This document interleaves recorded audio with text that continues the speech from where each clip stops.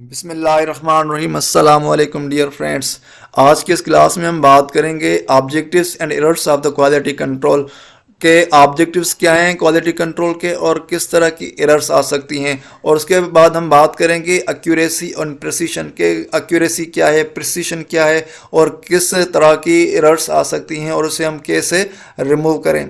तो आइए स्टार्ट करते हैं। जो हमारा पहला क्लास था उसमें हमने बात की थी work flow in the laboratory के, लेबॉरेटरी में किस तरह वर्क फ्लो होता है। और उसके बाद हमने बात की थी introduction of the quality control के, क्वालिटी कंट्रोल क्या है, प्री एनालिटिकल फेज क्या होता है, एनालिटिकल फेज क्या है, और पोस्ट एनालिटिकल फेज में क्या होता है। और उसके बाद हमने बात की थी क्वालिटी कंट्रोल पर्पस के, क्वालिटी कंट्रोल क्यों डिज़ाइन किया गया, क्यों नीड पड़ी उसकी, क्या ऑब्जेक्टिव्स हैं उसके। और उसके बाद हमने बात की क्वालिटी अश्योरेंस की कि क्वालिटी अश्योरेंस क्या है। और उसके बाद हमने बात की थी लास्ट में कि क्वालिटी टोटल क्वालिटी मैनेजमेंट क्या होता है। तो अगर आपने पहली वीडियो नहीं देखी तो उसकी लिंक हमने डिस्क्रिप्शन में दे दी है, तो काइंडली सबसे पहले वो वीडियो देखें ताकि आपका कॉन्सेप्ट क्लियर हो जाए कि क्वालिटी कंट्रोल क्या होता है, वर्क फ्लो किस तरह होता है, और क्वालिटी कंट्रोल को डिज़ाइन करने की क्या ज़रूरत पड़ी, क्यों हमने क्वालिटी कंट्रोल डिज़ाइन किया। तो आइए स्टार्ट करते हैं। सबसे पहले हम बात करेंगे कि ऑब्जेक्टिव्स ऑफ क्वालिटी कंट्रोल क्या हैं। तो ऑब्जेक्टिव्स क्या हैं कि हमारे जो रिजल्ट्स हों वो एक्यूरेट भी हों और प्रिस्क्राइब भी हों, और उसके दौरान अगर कोई एरर्स आ जाती हैं तो वो एरर्स को क्या किया जाए, रिमूव किया जाए। तो ये हैं objectives of the quality control के जो हमारे टेस्ट रिजल्ट्स हों वो एक्यूरेट भी हों और रिलायबल भी हों। और उसके बाद क्या है, अगर हमारे टेस्ट रिजल्ट्स अच्छे होंगे तो मॉर्बिडिटी भी कम हो जाएगी और मॉर्टेलिटी भी कम होगी और हमारा इकोनॉमिक लॉस भी कम होगा। उसके बाद है ensure the credibility of lab, credibility ensure हो जाएगी हमारी लैब की, और guarantee confidence in the lab result. जो हमारे लैब रिजल्ट्स होंगे उस पर हमें कॉन्फिडेंस होगा, हम उसकी गारंटी दे सकेंगे कि हाँ हमारे लैब के रिजल्ट्स अच्छे हैं। और उसके बाद लेबॉरेटरी स्टाफ को अपने आप पर कॉन्फिडेंस होगा कि जो हम मेथड्स यूज़ कर रहे हैं वो एक्यूरेट हैं। तो ये हैं objectives of the quality control. उसके बाद हम बात करेंगे एक्यूरेसी एंड प्रिसीशन की। एक्यूरेसी क्या है, प्रिसीशन क्या होती है। एक्यूरेसी होती है कि जो हमारे टेस्ट रिजल्ट्स हैं वो एक्चुअल वैल्यू के कितने करीब हैं। अगर हमारे टेस्ट रिजल्ट्स एक्चुअल वैल्यू के करीब नहीं होंगे, क्लोज नहीं होंगे, तो वो एक्यूरेट भी नहीं होंगे। और प्रिसीशन का क्या मतलब है, क्या मीनिंग है। प्रिसीशन मीन्स जो टेस्ट रिजल्ट्स हैं वो अपने आपस में कितने क्लोज हैं। अगर सपोज करें हमने किसी पेशेंट का सैंपल लिया और उसमें से हमने टेस्ट करनी है कैल्शियम की, तो क्या करेंगे, उसी पेशेंट के उसी सैंपल से हम सेम टेस्ट जो कैल्शियम की टेस्ट एक मरतबा, दूसरी मरतबा, 3 मरतबा, 4 मरतबा, 5 मरतबा वो सेम टेस्ट रिपीट करेंगे। फिर उसके रिजल्ट्स देखेंगे, अगर उसके रिजल्ट्स बिल्कुल एक दूसरे के करीब हैं तो उसकी प्रिसीशन भी हाई होगी। अगर एक दूसरे से भी करीब नहीं है और एक्चुअल वैल्यू के करीब भी नहीं है तो वो ना ही एक्यूरेट होंगे और ना ही प्रिस्क्राइब होंगे, प्रिसीशन होगी। तो जो हमारा पहला डायग्राम है उसमें देखें आप, हाई एक्यूरेसी। हाई एक्यूरेसी क्यों कह रहे हैं हमें, कि हमने जो भी एरोस फेंके हैं, जो भी टेस्ट किए हैं, वो बिल्कुल जो एक्चुअल वैल्यू है उसके नज़दीक हैं, उसके क्लोज हैं। तो इसीलिए हम कह रहे हैं कि वहाँ हाई एक्यूरेसी है। और जो दूसरा हमारा डायग्राम है उसमें देखेंगे हाई प्रिसीशन। हाई प्रिसीशन क्यों कह रहे हैं हम, क्योंकि जो हमने टेस्ट की हैं वो एक दूसरे के बिल्कुल करीब हैं, क्लोज हैं, लेकिन है एक्चुअल वैल्यू से बिल्कुल काफ़ी दूर अवे हैं। तो क्या कहेंगे हम, there is a high precision but low accuracy. Accuracy नहीं है, क्यों नहीं है, क्योंकि वो एक्चुअल वैल्यू से बिल्कुल दूर हैं। और जो तीसरा डायग्राम है उसमें देखिए आप, high accuracy and high precision. क्यों एक्यूरेसी, क्यों हाई प्रिसीशन है, क्योंकि जो हमारी टेस्ट हैं वो एक्चुअल, जो यहाँ पे जो येलो स्पॉट है वो हमारा एक्चुअल वैल्यू है।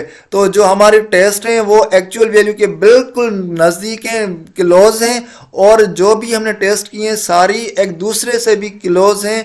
तो क्या कहेंगे हम कि ये हाई एक्यूरेट भी हैं और हाई प्रिसीशन भी है यहाँ पे। और जो चौथा डायग्राम है हमारा उसमें देखेंगे आप, लो एक्यूरेसी लो प्रिसीशन।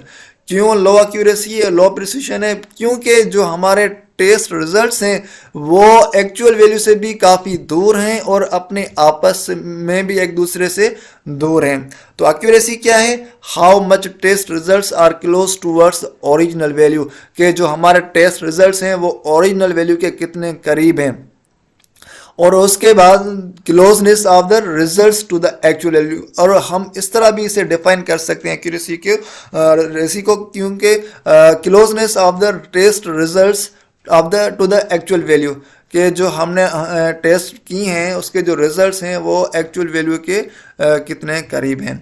और उसके बाद है precision, how much test results are close to each other, के जो टेस्ट किए हमने, सेम टेस्ट रिपीट किए, उसके रिजल्ट्स कितने करीब हैं आपस में। और closeness of values to each other, जो वैल्यूज हमारे आए हैं जो। उसके बाद हम बात करेंगे एरर्स के, एरर्स किस तरह से आ सकती हैं हमारे रिपोर्टिंग में, रिजल्ट्स वगैरह में। तो सबसे पहले हम देखेंगे प्री एनालिटिकल फेज में किस तरह की एरर्स आ सकती हैं। तो मैं पहले भी आपको बता चुका हूं कि हमने पहले भी वीडियो रिकॉर्ड की है, उसमें आप देखेंगे कि प्री एनालिटिकल फेज क्या है, एनालिटिकल फेज क्या है और पोस्ट एनालिटिकल फेज क्या है।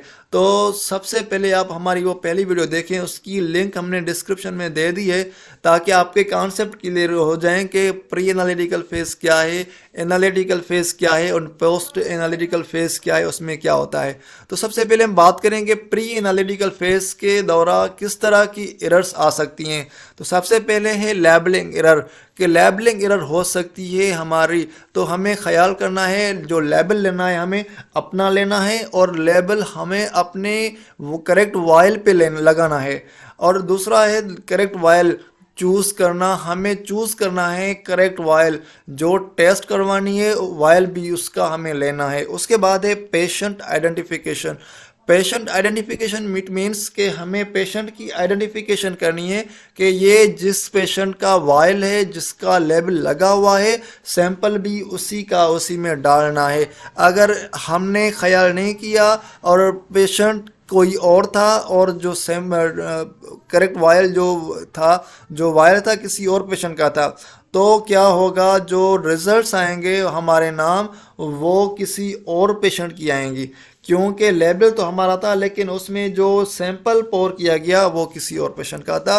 तो हमें पेशेंट की आइडेंटिफिकेशन करनी है कि जिसका ये वायल है सैंपल भी उसी पेशेंट का हो। और उसके बाद है करेक्ट वॉल्यूम, हमें वॉल्यूम करेक्ट डालना है, उसमें कम ना हो, ज़्यादा हो तो चल जाएगा लेकिन कम ना हो करेक्ट वॉल्यूम से। उसके बाद है स्पेसिमेन ट्रांसपोर्टेशन, के हमने जो सैंपल लिए हैं उसकी ट्रांसपोर्टेशन का ख्याल करना है हमें, कि इसका एनवायरनमेंट किस तरह हो, टेम्परेचर किस तरह हो और कितना हो, और कितनी ड्यूरेशन है इसमें, कितना टाइम हम इसे रख सकते हैं। तो ये चीज़ें हैं जिसका हमें ख्याल करना पड़ता है प्री एनालिटिकल फेज़ के दौरान।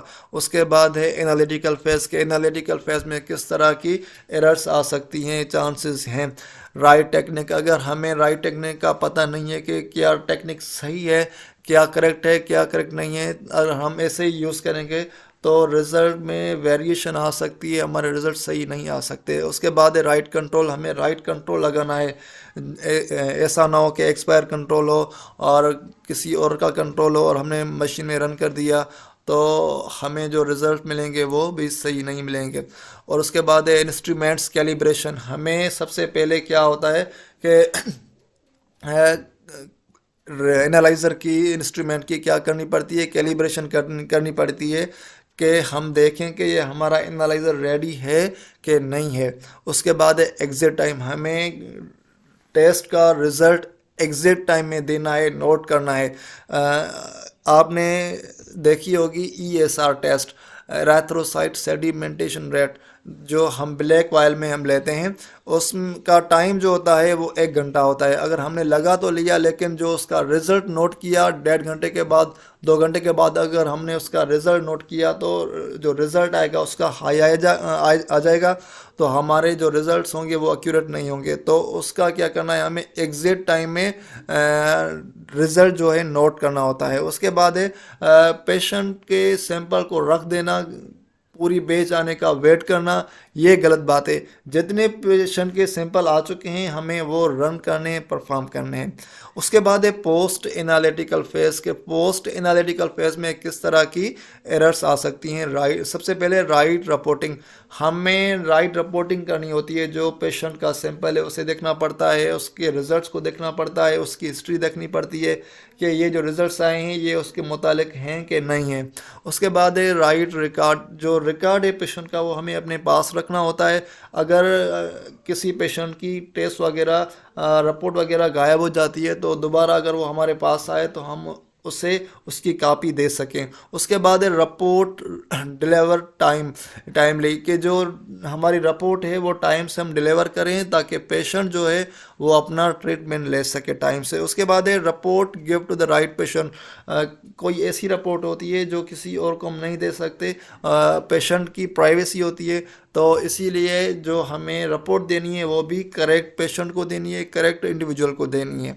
तो ये थी errors in the pre analytical face, analytical face and post analytical face. उसके बाद कुछ ऐसे फैक्टर्स हैं जो एनालिटिकल फेस के दौरान इनस्टेबिलिटी ला सकते हैं।